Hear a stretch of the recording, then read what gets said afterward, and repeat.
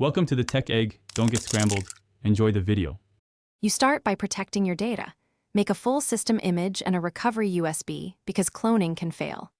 Next, gather tools, screwdrivers, an anti-static strap, and a soldered USB or NVMe enclosure to connect the new SSD.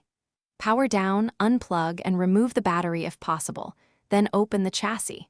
Once the case is open, identify the current OS drive, note cable orientation and mounting screws, and disconnect carefully.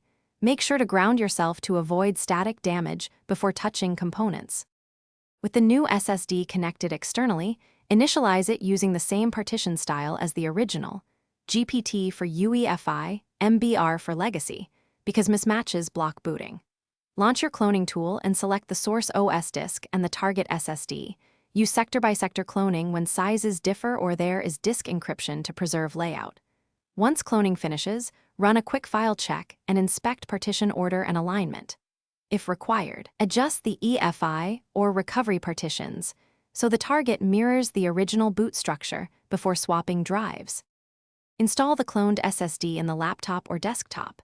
Mount it in the correct bay or M2 slot, secure screws, reconnect cables, and reassemble the case. Power on and enter BIOS or UEFI. Set the new drive as the primary boot device and confirm OSI or NVMe support is enabled to avoid driver issues. Boot into Windows or your OS, run trim, check Device Manager, and run SFC or FSCK to validate system files. If the system does not boot, reseat the drive and confirm BIOS boot. Thanks for watching. Consider subscribing if I helped unscramble your problems.